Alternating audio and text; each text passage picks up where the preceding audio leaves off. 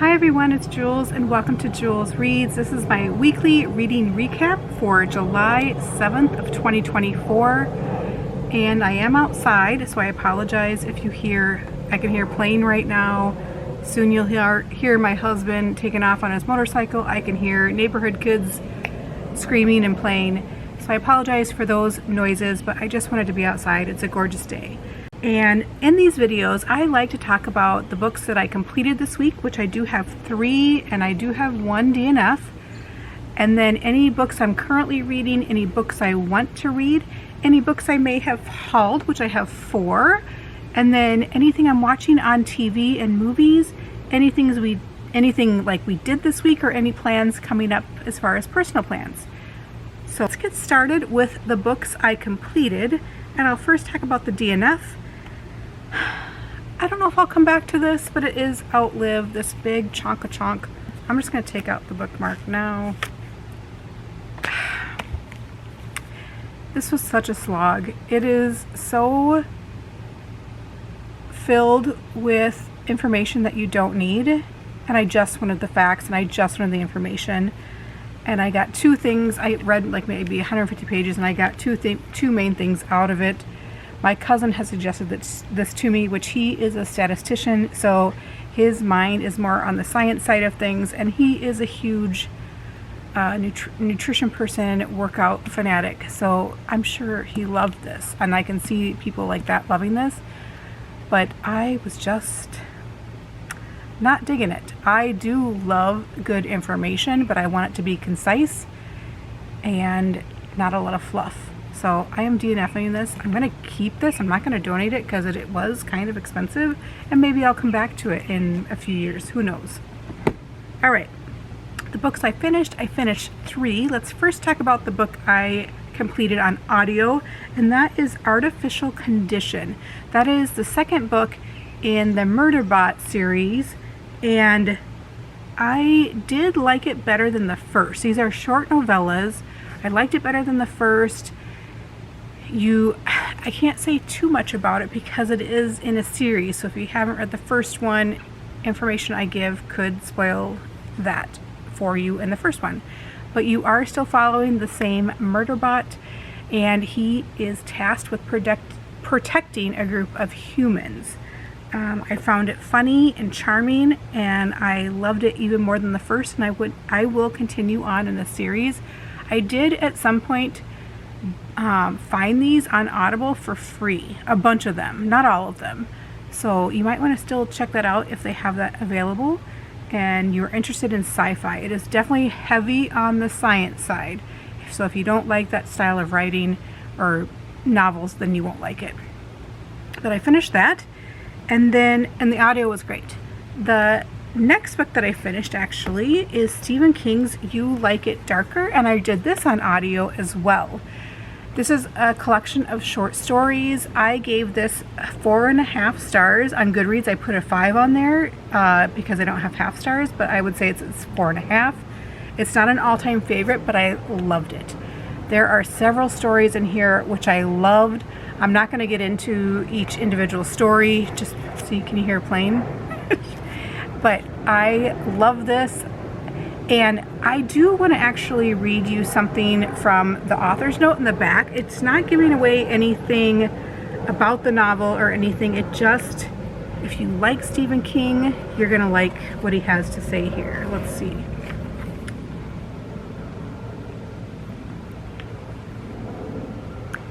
He's talking about the process of writing, and he says, "Am I curious about the process? Since it's played a big part in my life, of course I am. I've written about writers in my fiction, and I've written about the act of writing in nonfiction.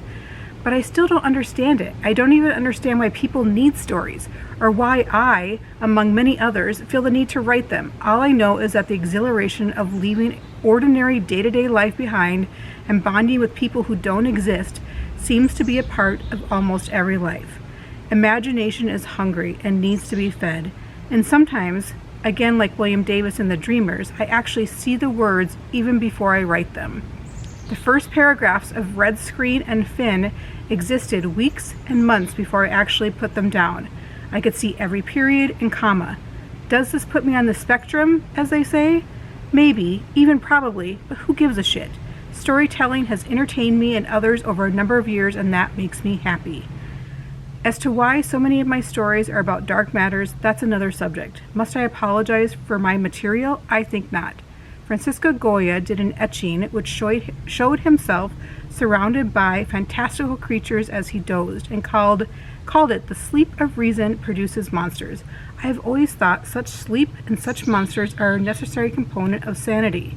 Check out the first line of Shirley Jackson's The Haunting of House Hill. She says it well. Horror stories are best appreciated by those who are compassionate and empathetic. A paradox, but a true one. I believe it is the unimaginative among us, those incapable of appreciating the dark side of make-believe, who have been responsible for most of the world's woes. In stories of the supernatural and paranormal, I have tried especially hard to show the real world as it is and to tell the truth about the America I know and love. Some of those truths are ugly, but as the poem says, scars become beauty marks when there is love. There's a few other things in the afterword. You should read the author's notes in the afterword if you read this book. But I did read this on audio. It's narrated by Will Patton. Does a phenomenal job. I believe he does narrate some other Stephen King books, but I loved it, and I should probably go back and read it physically, just because I do feel like sometimes with audio I do tune out a little bit sometimes and I don't get the full grasp of it, but I did really enjoy it. The next book, I did physically read this, and this is Nobody's Angel by Jack Clark.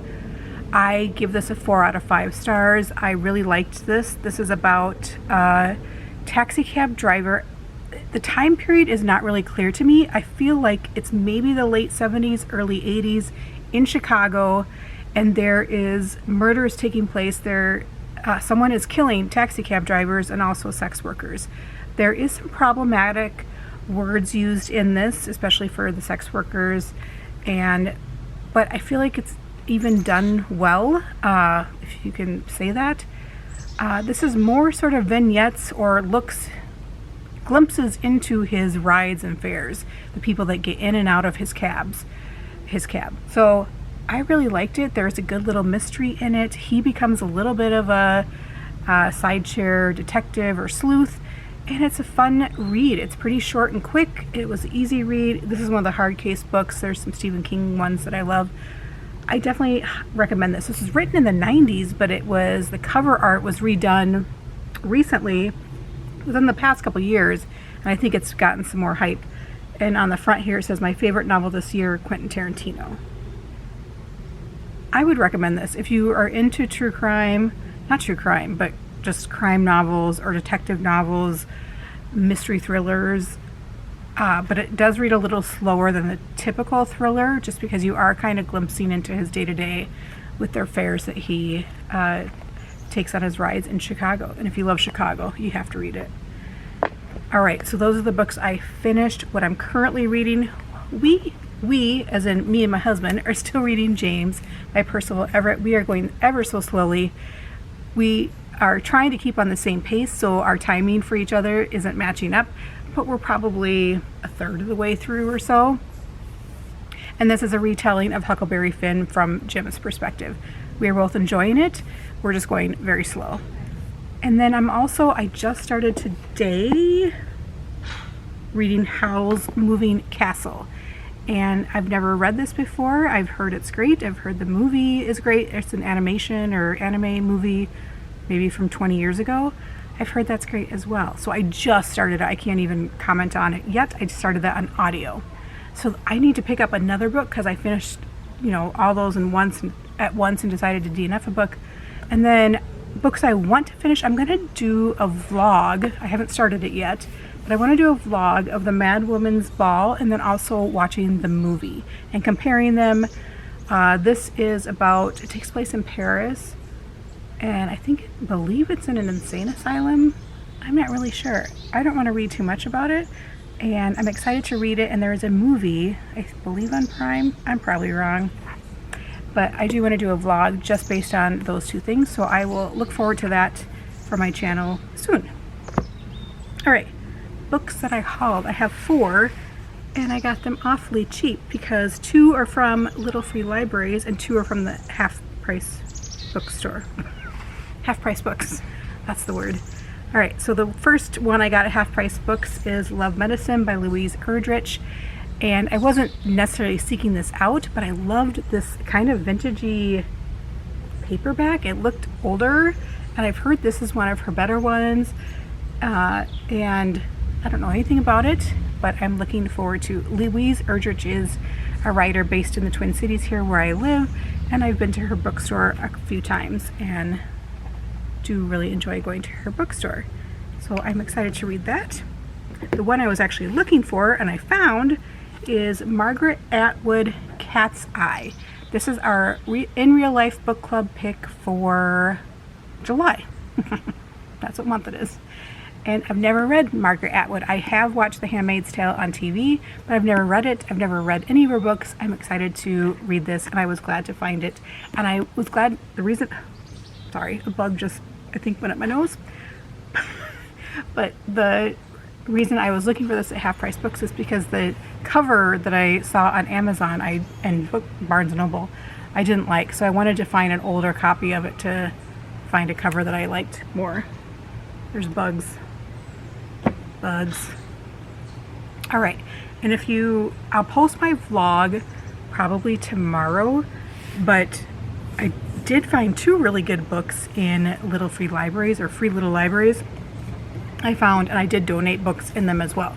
Sing Unburied Sing by Jessamine Ward. I don't know anything about it. I did recognize the cover and recognize that I thought it was pretty popular and well loved, so I grabbed that from the Free Little Library. Another one I've actually really been wanting to read, I think this is another Twin Cities author, is Ink Blood Sister Scribe by Emma Torres. And I found this in the first, I think it was the first Free Little Library, or Little Free Library I went to, and I snagged it right up. I was like, yes, I've been wanting to read this, and I found a hardcover. Both these are hardcover, so, you know, I feel like if you have books to donate, go to Free Little Libraries and you might find some treasures that you want to grab for yourself. All right, let's see, movies and TV. We didn't watch a ton. It is 4th of July weekend. We had a lot of fun. I will post some stuff on my vlog, but the one thing we did watch was A League of Their Own. Was this the late 80s, early 90s? Tom Hanks, Madonna, Rosie O'Donnell, Gina Davis, so many good, Lori Petty, so many good actors and actresses in it, and we loved it. We had looked up, we watched this on the 4th of July, and we looked up what we should watch, what is good movies to watch on 4th of July. And this is one of the ones listed, and we watched it, and I had a good time. I laughed out loud many, many times, so I highly recommend that movie if you haven't watched it before. And then I've still been watching Inside Number 9, and I have mentioned this a few times on my channel. I did kind of go more in depth last week, so I would reference you back to that video, my weekly check-in, if you're interested in Inside Number 9. But it's one of my favorite shows of all time, probably my top 3 shows of all time. So I'm going back and watching those episodes. What we did, I did a lot. We had such a good 4th of July weekend, and I will post a lot of it on my vlog that I post tomorrow. I had lunch with my dad. We actually saw him again today, and my husband played cribbage with him on Friday, so we saw my dad a few times. We played trivia, we went to the Japanese garden, we went camper shopping, I went to Free Little Libraries, we went for a bike ride, I went for a walk. Did so much, and it was so fun, and I finally feel like I have some time where I feel like I don't have to take care of anybody and can actually take care of my own health and mental health, so it was really, really nice. Plans for this week, the only thing I have written down is trivia. We'll play trivia, but other than that, I don't have plans. I'm sure things will pop up, and I'm sure I'll make a list by next weekend of things I want to do. But that is all I have for this week's weekly check-in, and I hope you guys have a good week, and I will check in soon.